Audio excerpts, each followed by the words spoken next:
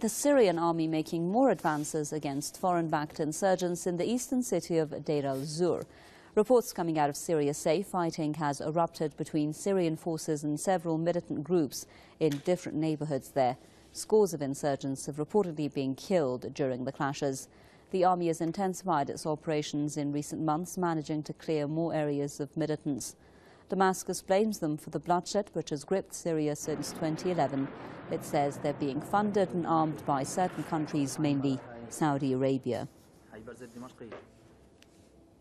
Muhammad Ali is our correspondent in Damascus, joining us now live with all the latest. So, Muhammad, what else can you tell us about the eastern city of Deir al Zour, the situation there? Yes, as you have just been saying, Huma, clashes intensified in Deir al Zour city between the Syrian army and factions of various parties of foreign-backed militants, some al-Qaeda linked, some, of course, affiliated to the so-called Free Syrian army over there.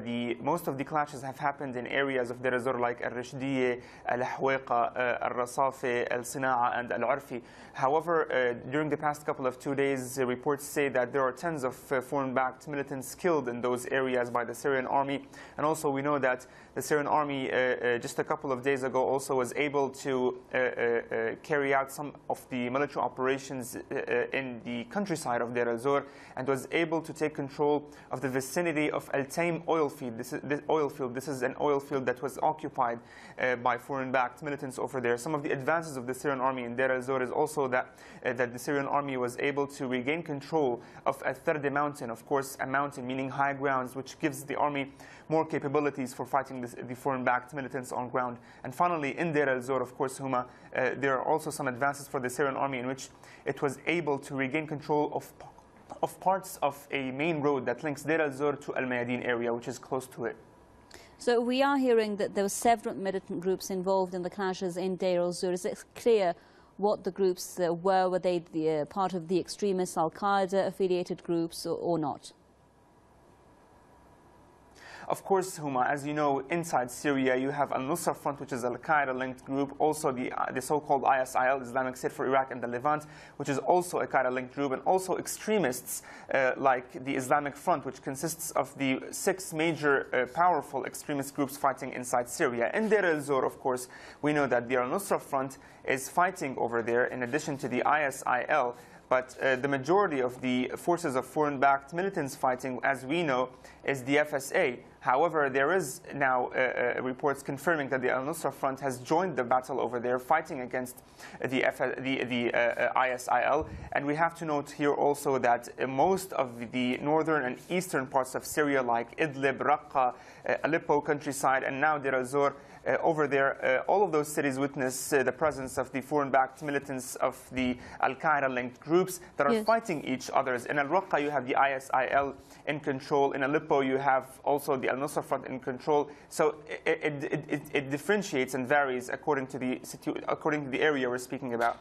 Right, and Mohammed, just as you were speaking, we are getting breaking news of an agreement between the opposition and the government over the evacuation of civilians from Homs. And that brings us to the issue of the Geneva talks. It has been announced now that the government delegation is going to take part in the upcoming talks in Geneva. What can you tell us about that decision and whether the government is hopeful it can reach an agreement with the opposition in Geneva?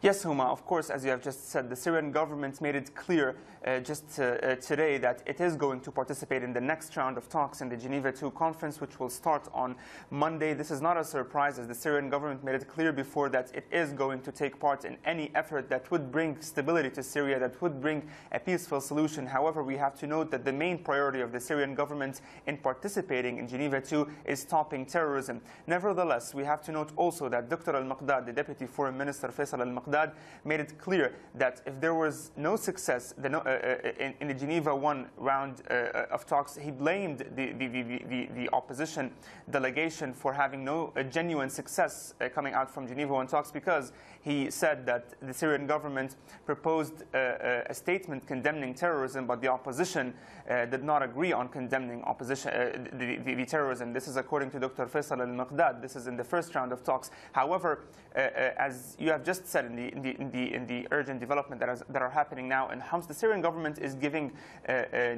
more signs that it wants the political solution to happen inside Syria. It is showing its good intentions, and as we speak right now, Huma, over 200 people are being evacuated from the old parts of the city of Homs, mainly Jurat al-Shayyah, the women and children, and this shows that the Syrian government wants to reach a political settlement, a political solution, but at the end of the day, participating in the Geneva II round of talks is primarily to stop terrorism. And if I have time, Huma, finally, we have seen some reconciliation agreements happening inside the country in Damascus, Mu'addamiyah and Berzeh, where the Syrian army has agreed with some of the Syrian militants on some reconciliation points, and ceasefire has happened, and the people were able to return home. Thank you very much, Muhammad Ali, a correspondent with all the latest news there from Damascus.